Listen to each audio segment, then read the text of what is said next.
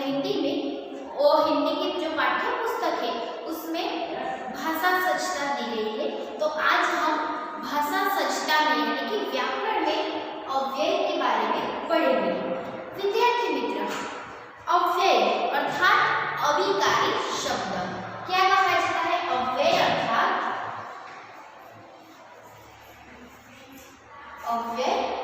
अर्थात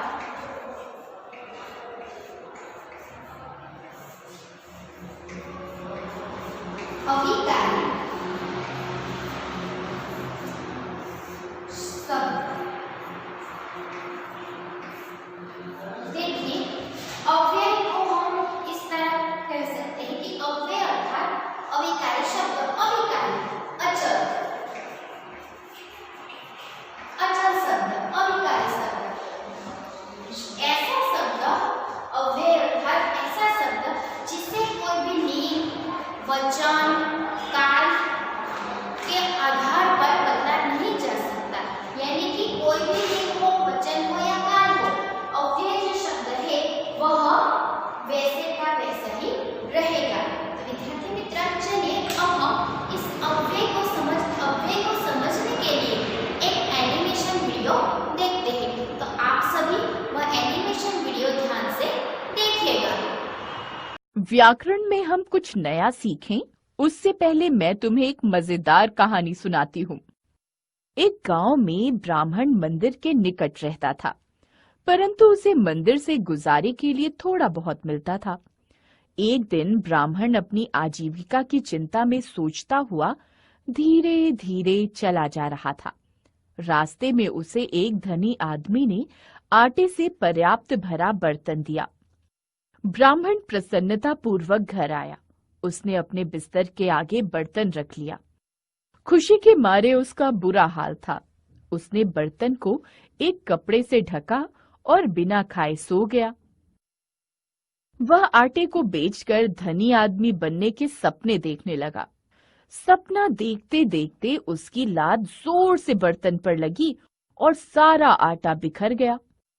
आटा बिखरने के साथ उसके सपने भी बिखर गए। बच्चों, कहानी कैसी लगी? जरूर अच्छी लगी होगी। अब कहानी में आए शब्दों से व्याकरण का नया विषय सीखते हैं। कहानी में कुछ शब्द आए हैं: निकट, थोड़ा बहुत, धीरे धीरे, प्रसन्नता पूर्वक, के आगे, के मारे और जोर से।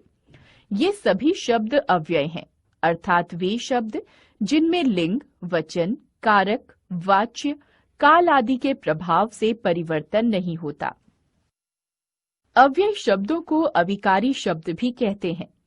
जिन शब्दों के रूप में लिंग, वचन, कारक आदि के कारण कोई परिवर्तन नहीं होता, उन्हें अविकारी शब्द कहते हैं।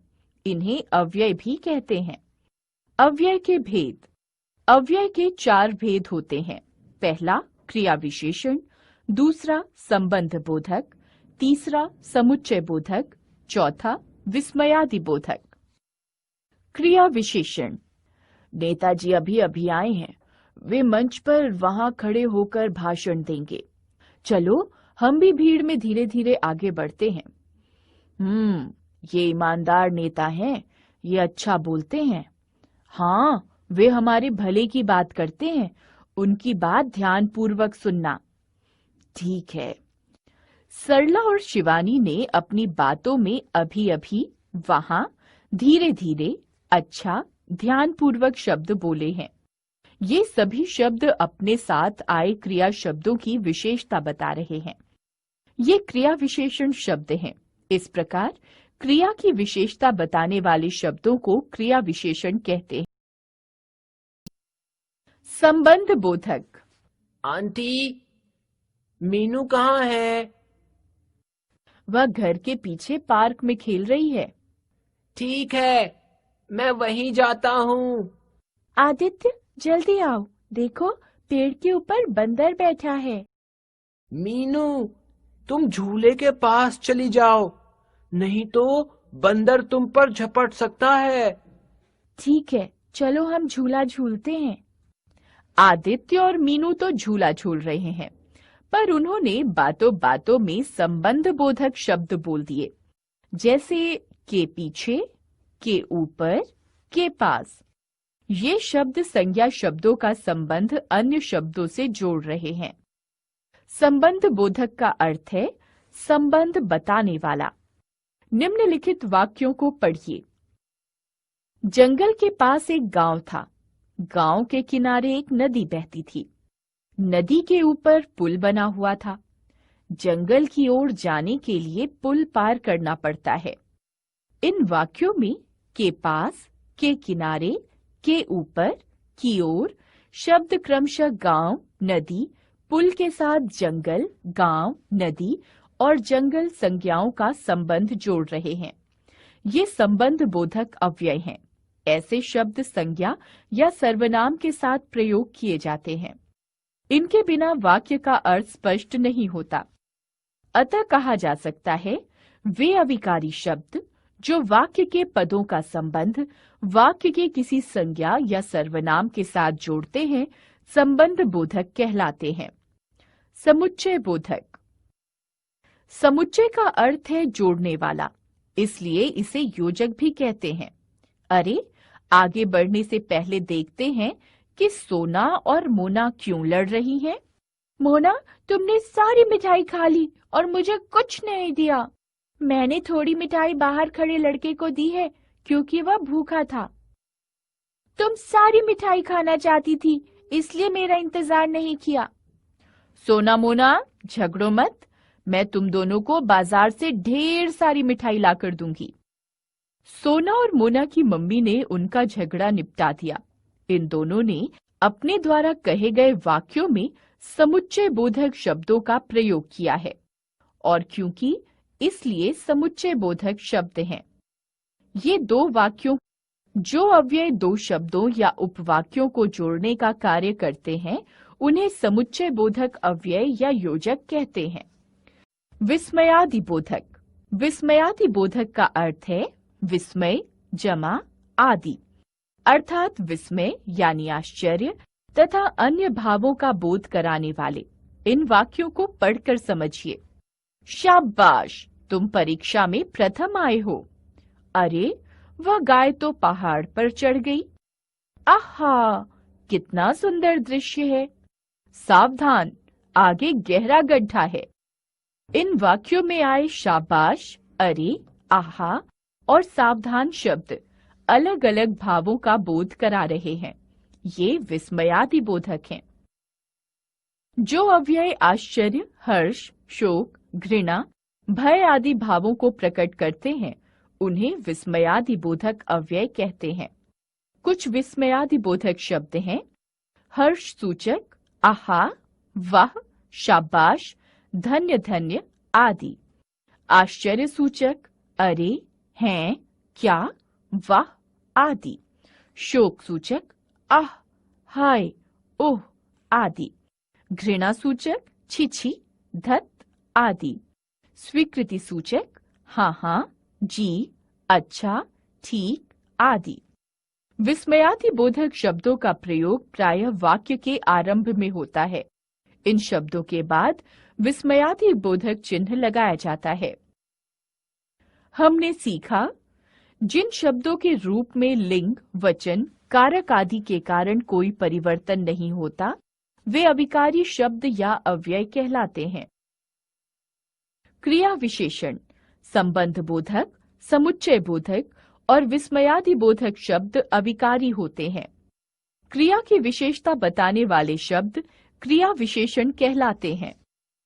क्रिया विशेषण के 4 भेद होते हैं: रीतिवाचक, कालवाचक, स्थानवाचक और परिमाणवाचक।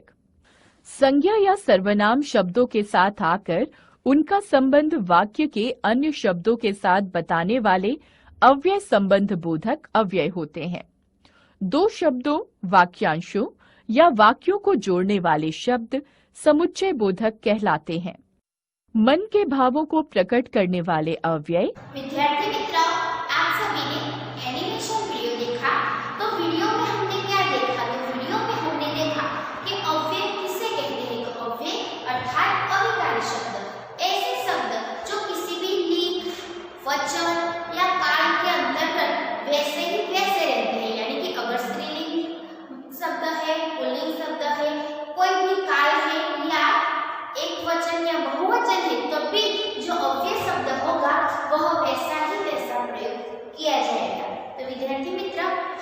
अव्यय के बारे में जाना और अव्यय के विभिन्न भेदों को भी देखा। चलिए अब हम एक बार फिर से अव्यय के जो भेद है उसके बारे में चर्चा कर लेते हैं। तो अव्यय के मुख्यत्वे यानी कि अव्यय के प्रमुख 4 भेद हैं। कितने भेद हैं अव्यय के? प्रमुख 4 भेद हैं। कौन कौन से? तो हम देखते हैं अव्यय के भेद। भेद अर्थात प्रकार। अव्यय के 4 भेद हैं यानी कि अव्यय के 4 प्रकार हैं। क्रिया विशेषण अव्यय नंबर 1 है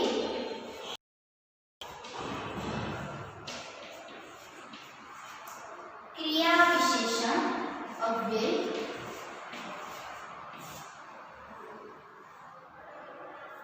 नंबर 2 है संबंध बोधक अव्यय। कौन सा है? संबंध बोधक।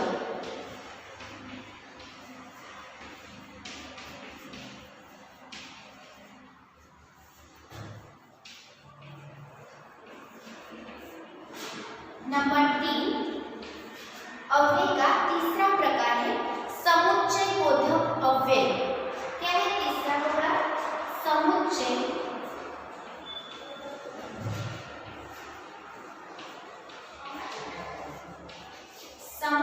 बोधक अव्यय।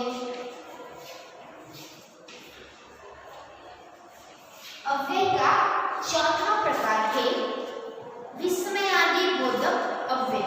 विस्मयादि बोधक।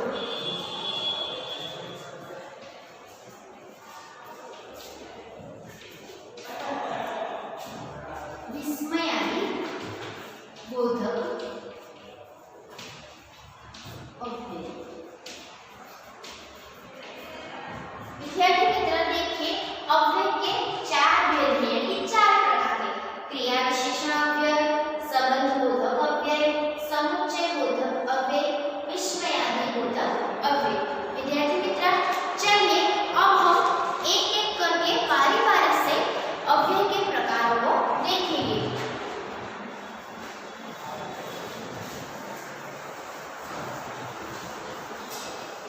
सबसे पहले नंबर 1 पर है क्रिया विशेषण अव्यय। तो चलिए अब हम क्रिया विशेषण अव्यय का एक उदाहरण लेते हैं और समझते हैं। भावेश कौन बोलता है?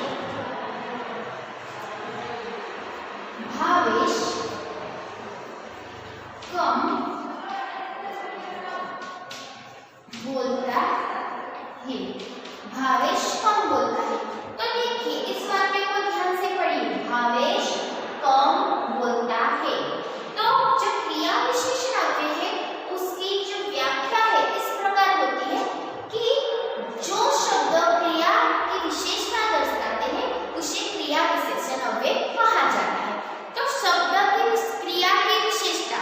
तो अब हम हमारा जो ये वाक्य है उसमें हम देखें तो क्रिया कौन सी है? तो बोलता है।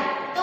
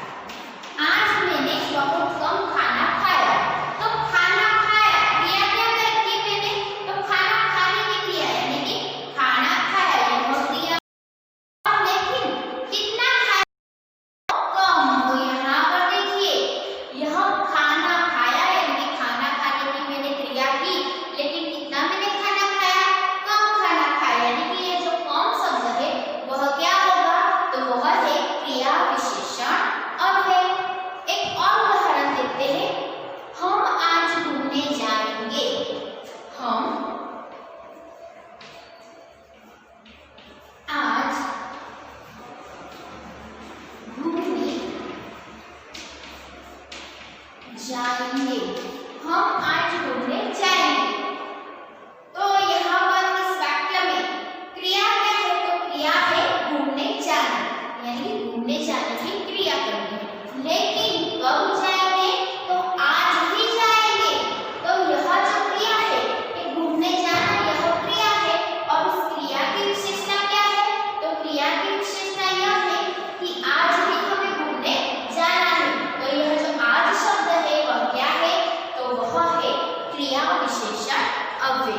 तो विद्यार्थी मित्रों, इस प्रकार हम क्रिया विशेषण अव्यय देख सकते हैं कि वाक्य पढ़े और वाक्य में जो भी काम यानी जो क्रिया हो रही है उस क्रिया की विशेषता दर्शाने वाले शब्द को हम क्रिया विशेषण अव्यय कहेंगे। अब हम अव्यय का दूसरा प्रकार देखते हैं। अव्यय का दूसरा प्रकार है संबंधबोधक अव्यय। नंबर 2, संबंध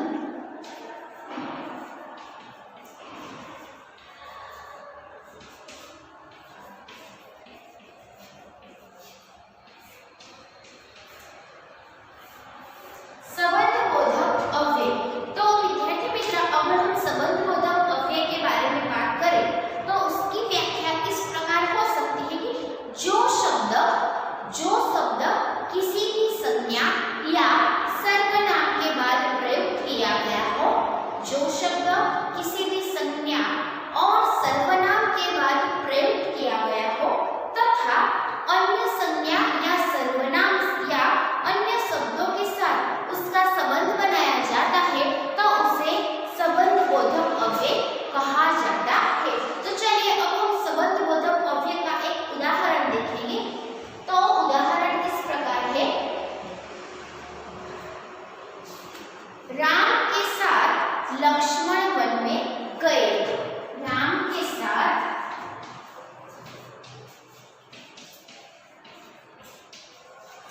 लक्ष्मण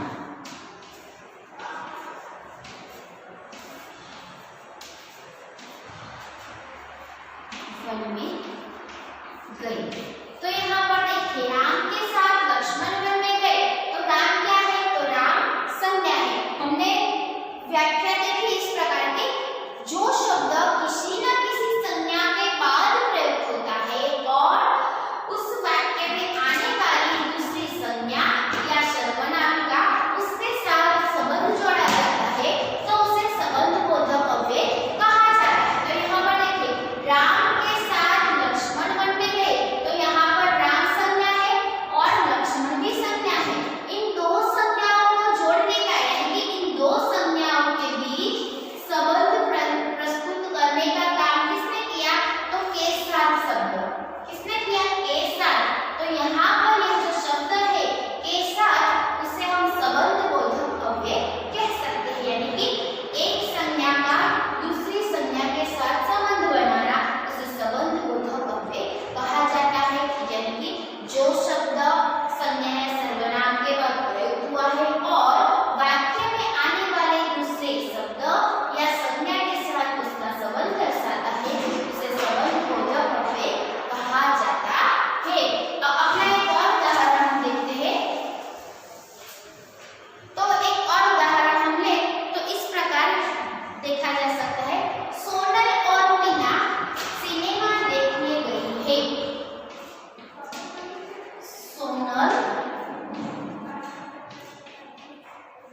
सोनल और सोनल मीना के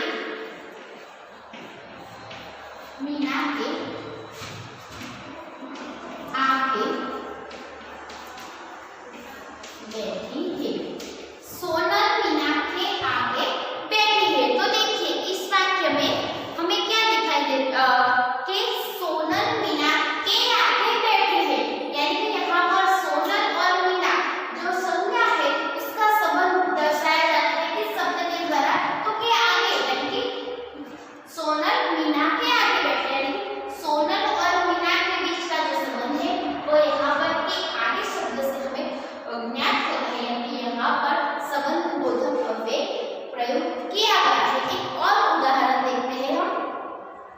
हमारे घर के आगे मस्जिद है। हमारे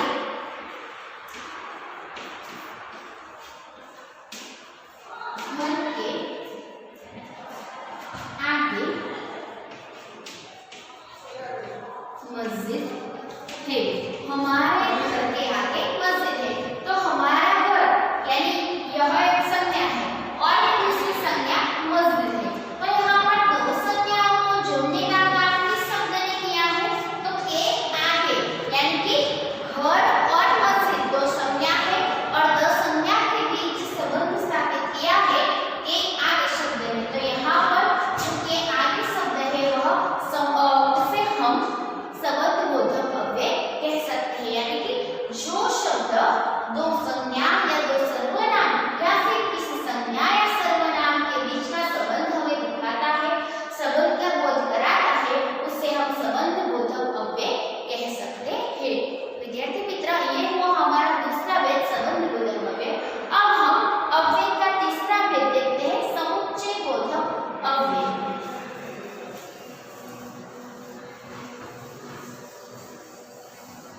नंबर 3, समुच्चय बोधक।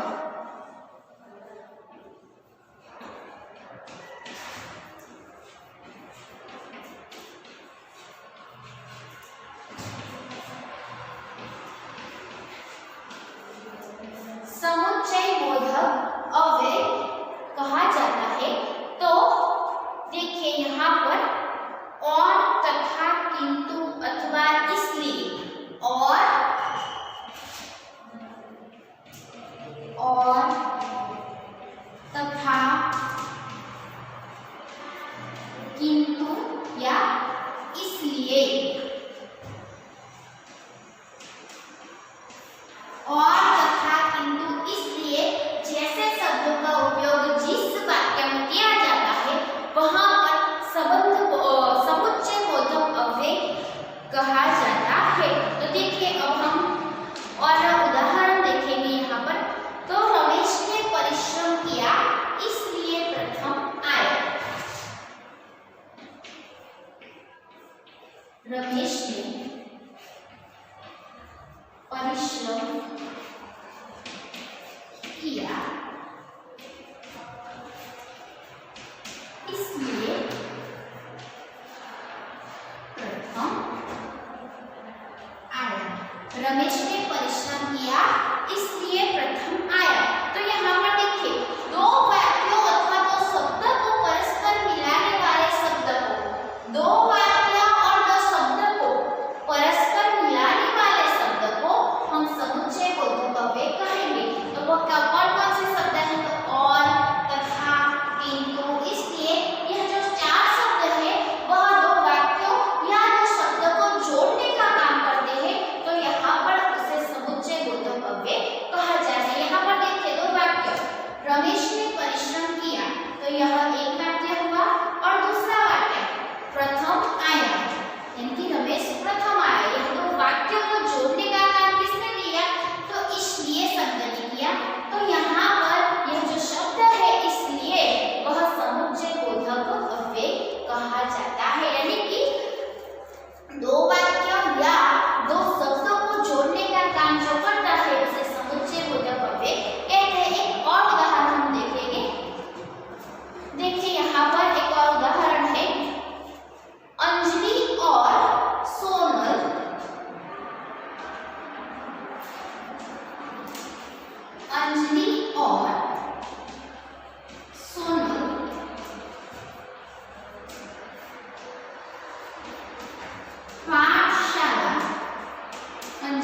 सोनल पाठशाला गए। तो यहाँ पर देखिए दो शब्द अंजलि और सोनल, यह दो शब्द है और दो शब्द को जोड़ने का काम किसने किया? तो और शब्द ने किया। किसने किया? और। तो यहाँ पर हम कह सकते हैं कि यह जो और शब्द है वह समुच्चय बोधक अव्यय है। तथा अद्यपि हम ऐसा कह सकते हैं कि किसी भी दो शब्द या किसी भी दो वाक्यों को जोड़ने का काम जो करते हैं उससे समुच्चय बोधक